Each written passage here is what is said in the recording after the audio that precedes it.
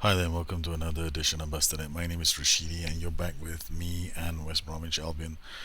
It's been quite a season so far. I've been trying to hit the magical 300 number, and I haven't been able to post up a lot of YouTube videos lately because I've been running from one location to the next location, doing my level best to get things done, and some of the quality has suffered as a result, so I do apologize. We hope that things get better. So back to West Brom. West Brom have been using the 4-2-3-1 this season. Occasionally, I've had to go back to the 4-3-1-2. We have this 300 target that I've set the club for. I've not been able to achieve this since 2001. We almost came undone against Celtic 1-all. That match finished. We needed a Matt Hadroll equaliser in the 88th minute to save the day. Against Chelsea, we went 2 goals down early in the first half.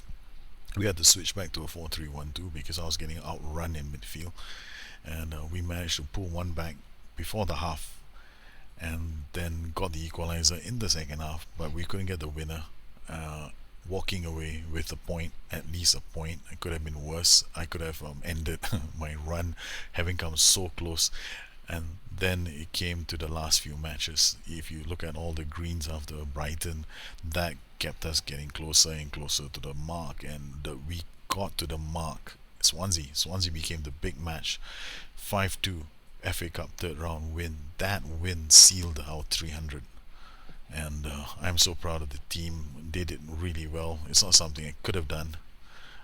It was pretty hard against Swansea. We really needed some individual brilliance from some of the players to actually win the match.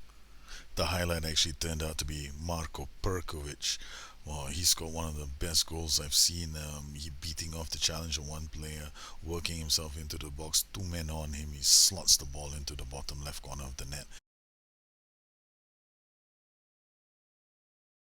That that win taking us to the 300 mark. Let me just take that up, show it to you guys. 300. We've done it. We've hit 300 against Swansea. I really apologize. I mean, I don't. There was nothing too major about the way we played in that game. Still played the same way. No changes to our system. Against, I noticed that with the 4-2-3-1, you really need to be aware of the fact that sometimes you are going to lose the midfield battle. And if you are stubborn and you want to stay to the 4-2-3-1, you might end up losing a few matches. It's certainly something we had to be aware of. Some of the matches we had to change things around. So now we're heading into another big match now. Let's see if we can keep this going. So right now we've got the next game is going to be an away game to Blackburn Rovers. I have been toying with the idea of going back to my 4-3-1-2. While I do seem to like the 4-2-3-1, the 4-3-1-2 is still my favorite system of play. Here we have Blackburn Rovers. They're not that bad. Um, they did quite well to move up to sixth position, but they couldn't hold on to it, subsequently losing matches left, right, and center. So we are hoping to see this team continue with their fine form. I have to be concerned with the lack of performances by some of the players. I am definitely looking at returning to this 4-3-1-2. I personally prefer playing the 4-3-1-2 because uh, the 4-2-3-1 limits my options, especially in defense. Something that I'm not too happy with. I have to do things differently just so that I can, I don't like the 4. Personally speaking, I don't like the 4-2-3-1. It forces me into a style of play that does not give me much room to maneuver when I want to lock down a lead or defend, because I'm going to have only 2 men in midfield. So here I'm going to do something different. We have injuries to Cedric Werner, Callum Keely, so they can't play. So what we're going to do is we can't rotate any of the. I don't. I'm not really a big fan of the 4-2-3-1. I've shown that it can work, but against a lot of teams, you don't have options in becoming defensive. 4-2-3-1 is you're gonna have like 4, 5, 6 players you can depend on for defending. In a 4-3-1-2, you've got at least 7. So that's one extra person, and you get three men in midfield, and three men in midfield is a lot in this game of football. You beat a 4-4-2, you beat the 4-2-3-1. So the numbers are important. So okay, so here we are. We're playing now Blackburn Rovers, who've got Gaudin in the right flank. So when I see that Gaudin is slightly higher than the rest of his players, now Gaudin and York are both stepping forward. But you look at the back line of Bears and Davis, they aren't so far forward. So while they have Gaudin and York in an attacking position, I mm, don't think that I need to change the way I play. However, we shall look at the game, we shall assess it because we want to see whether or not how far up Pears and Davis move up the pitch before I make a decision on whether or not to convert Robledo and Mixiraka back into fullback on support. There will be a lot of factors. Here, I'll be looking at how easily Blackburn get into the box like they've just done. Do they do it on a consistent basis? If they do it on a consistent basis, then I will convert. But it's still too early in the game for me to make changes. However, if you want to play any kind of a game where you just want to have as little supervision as possible, then yeah, put them on fullback on support. But when you set them up as complete wingbacks, you gotta start thinking because complete wingbacks have roam instructions. Yeah, and when they have roam instructions, you have to be very aware of where they end up. If they end up in places they're not supposed to be at, that's your fault, not the role's fault. Because you opted to use a complete wing back when a safer option would be a full back and support. Perkovic doing very well in the box. Our 4-3-1-2 easily looks like they should have scored. I mean, come on, Gauchino. How easily do you want the ball to come to you? I mean, if there's an easier clear cut chance, I haven't seen it in the game. Okay, so what I'll do now is play wider. Because obviously we are creating chances, but according to the game, that was not a clear cut chance. So he must have been staring at the keep. The key must have been so close to the keeper. Oh, what a shot from Christie. I Ordinarily, for most people, I would say if you see the fullback like York and Gaudin as I'm showing on the screen right now, if they are in an attacking role, then you definitely need to start looking at your players to see whether or not they are being compromised, whether they have to track back a lot. If they're tracking back a lot to chase after Gaudin and York, that's when you turn your complete wingbacks into fullbacks on support. So far, we haven't seen a problem like that. In fact, we are now seeing the fact that we are completely dominating the game, but still not creating any clear-cut chances to score. Because our strength in our system is comes from the flanks. You'd be surprised when I say that because I've got this narrow diamond. Oh, Nathan does so well. Now he shows Gauchino how to slot the ball into the back of the net. I just realized it's pouring rain. I have also stopped checking the weather in this game. I'm ignoring weather conditions. I know they play a part, but they don't.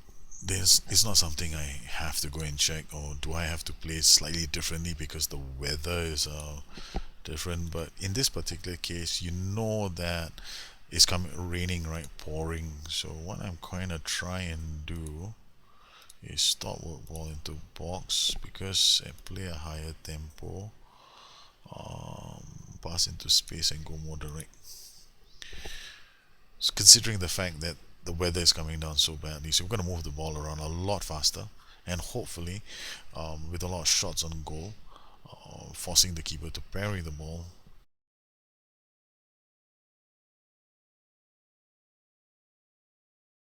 So many players in the box trying to get goal side. Murillo, Romero, Perkovic. Perkovic takes another shot. That's what I want to see now more of because let's assume that this is like real football. Ball's wet, pitch is wet, so smash. You always get this instruction from your coaches: take shots at the goalkeeper. The ball's going to be slick and hard to hold on to. So we gone wide, and with less work ball into space, we should see more crosses. And with pass into space, sorry, we should see players more off the ball running, and I'm taking even more risks. So higher tempo. We'll reduce the tempo now. So I don't want any of my players start beginning to go like, oh, boss, my legs, boss. Okay, York Gordon is injured, so now I only have to worry about the left flank, which is my right flank where Mixi Raka is operating. Nice corner. Plays it back to Christique. No way to take a shot at goal. We'll find Nathan. Nathan crosses.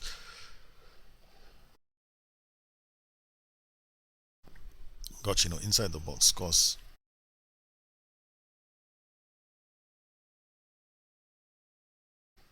I've gone back to my favorite 4-3-1-2. I don't think I'll be playing the 4-2-3-1, although the 4-2-3-1 does appear to be slightly more sexy. But I like this more. Look at the number of people in the box. My 4-3-1-2 can see like 5 players in the box attacking the ball. That's a lot of numbers. Robledo, yes, the game's won, dusted. So we've gone now to 301 matches without loss.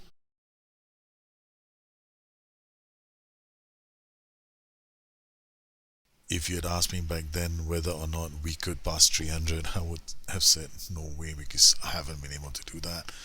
But I think in large part this has got to do with the way you play, the system that you adopt. I'm happy with the way I play. I have a very clear idea in my head on exactly what I want to see on the pitch. I use a lot of, I read a lot of books on tactics and football, and sometimes, if I take a screenshot of all the books that I have, my wife would think I'm nuts. So again, we're gonna play the 4-3-1-2. Actually, I enjoy the 4-3-1-2 a lot more than I do the 4-2-3-1. There is a lot more variety in the kinds of goals that I can score. The downside will be Perkovic is not going to be with the 4-2-3-1, the lone man up front. Perkovic is really banging the goals. I mean, 34 goals from 27 appearances. That's good. I mean, I could easily get him to 80, I think, for the whole season. This season, 80 to 100 goals is possible with a 4-2-3-1, but I'm not after breaking the system up. It's possible to score crazy amounts of goals. I think there is a lot to be said about making this game a lot harder now. I'm of the opinion that this game should be made a lot harder, but every time we do make the game harder, then GQ, the General Questions Forum, gets flooded with questions. The day we make the AI smart enough to take on human managers is the day half the people who play this game are going to give up.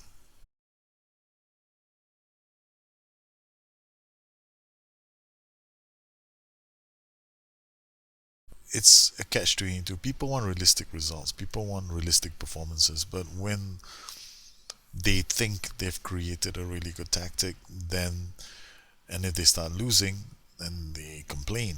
You know, and that's the catch-22. You're never going to be happy, because everyone out there thinks that they have made the perfect tactic. I mean, have you ever been to a football game where people don't scold the manager, or don't think the manager has done the right thing? I have yet to encounter football fans who think that they know less than the people on the pitch.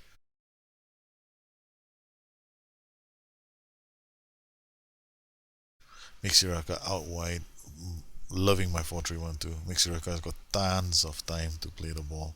Romero cuts in. He is having Nathan is back to his goal scoring best with the 4-3-1-2. Haha. Perkovic, you're gonna have to wait. Nathan, my little Messi, will now return to the top of the goal scoring charts.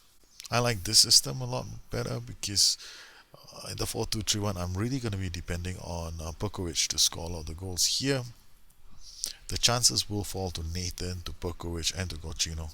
So all three of my boys are going to get in on the act. And one other thing that I failed to mention before, your players will indicate whether they like the system or not. Mine actually have mentioned it in, if you look at their um, happiness section, you will see if they like your system.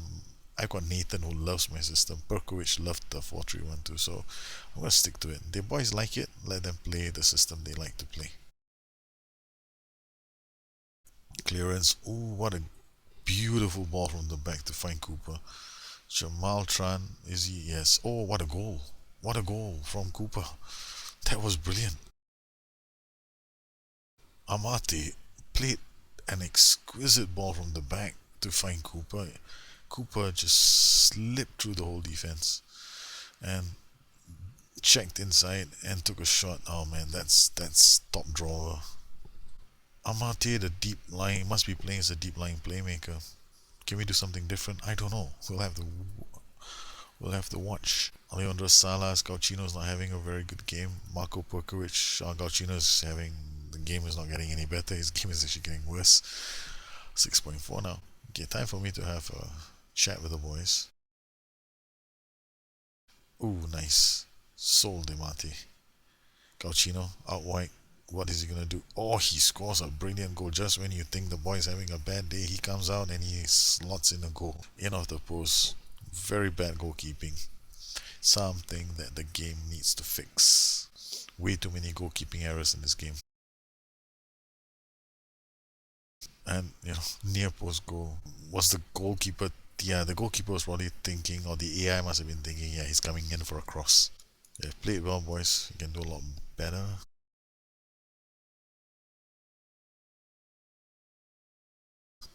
Alright, what we'll do now is that since we have a comfortable lead, there's no need for us to rock the boat further, so I'll tell my fullbacks to go on support. Well, this should see us solidify our position in the game. Mixiraka will now be a lot deeper. This will force Wigan to actually come out and play a lot more.